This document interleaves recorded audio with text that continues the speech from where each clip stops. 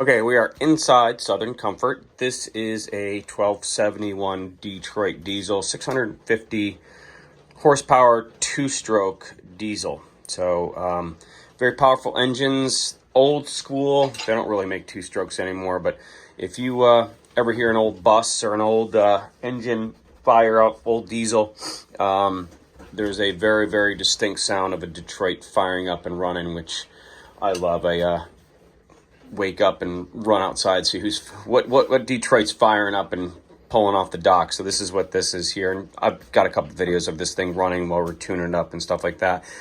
If you can hear, it's pouring rain out. We've got the Hurricane Nicole rolling through today, so we can't do much outside. Hatteras is done. It's ready to go. We've already run it. We got to run a couple more sea trials on it. I've dialed it in, I think. Adjusted the idles and all that other stuff, so that should be good to go. So we're going to start our next engine project because it's pouring rain out and we can't do anything really outside. So this is a project that's been on the list for a while. These are the intercoolers or the air boxes for the Detroit. This is the blower down here, which feeds compressed air down into the to the cylinders, which is part of the whole two-cycle system.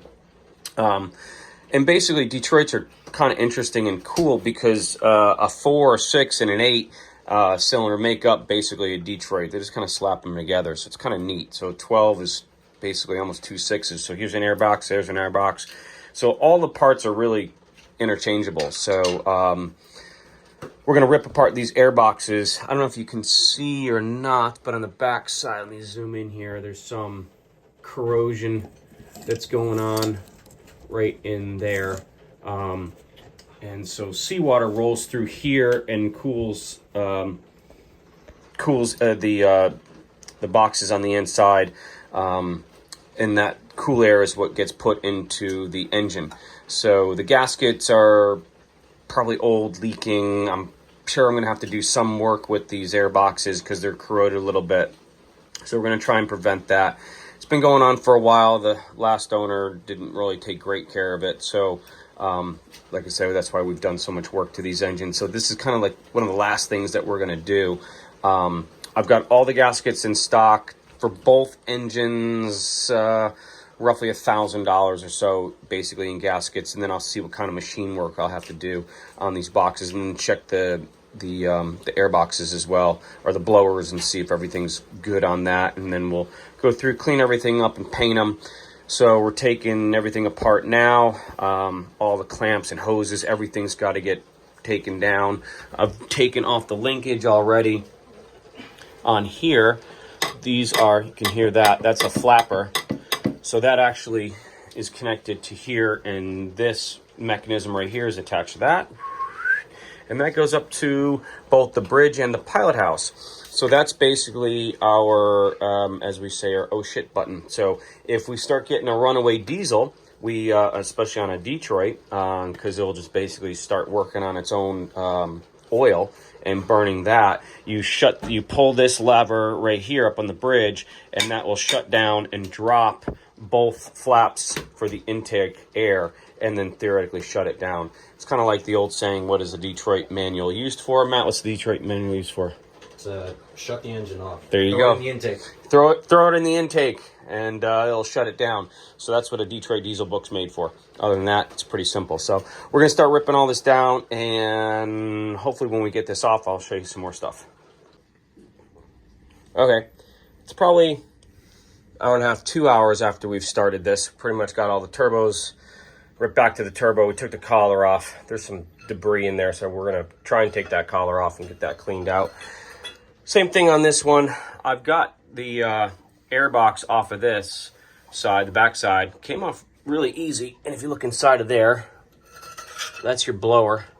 So that forces air down into the combustion chamber, and it's part of what you hear on a Detroit is that the air boxes. It's very unusual to have air boxes like that. And so we got that out down there. The problem is this forward side, which should lift out as easily as that side, is kicking our ass. So I tried taking the top part off first, so I only had the air box to deal with, and that didn't work. So now everything's sort of halfway separated. This stud right here, which goes all the way down into the blower, has come undone. And that's fine. That's cool. But the problem is that it is rusted or seized up somehow inside of here. So I'm sure you're saying, well, just put a freaking nut on it like I just did and bang it loose. And I lifted it up and banged it loose, and it's still stuck in there.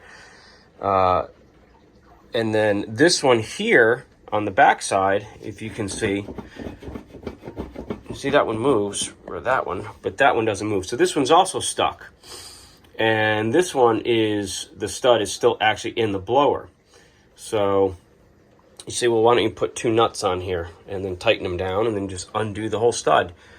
I've tried. It doesn't work because this is seized up somewhere inside of here as well. So I got this effery and that effery right there, which allows me not to pull the top off, which would make it easier to deal with the bottom part, or just take out the whole thing because that's stuck in there all the way down to the stud, to the blower, and so now we can't pull that off.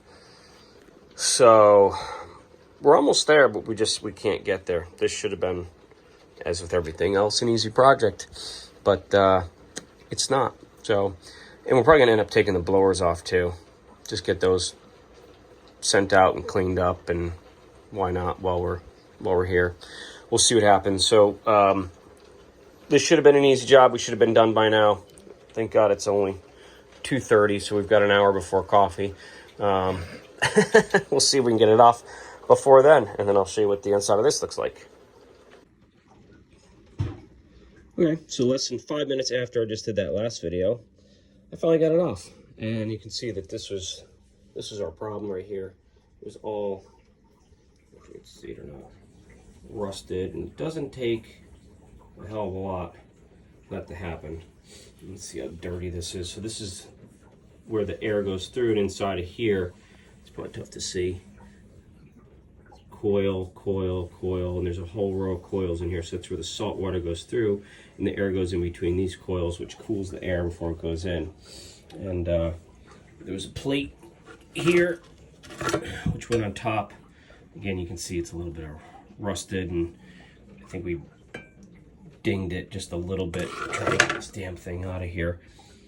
And then we had another gasket that went on top, and then we've got this gasket that goes on the bottom, and I have all these new gaskets, so we're pulling all this crap off.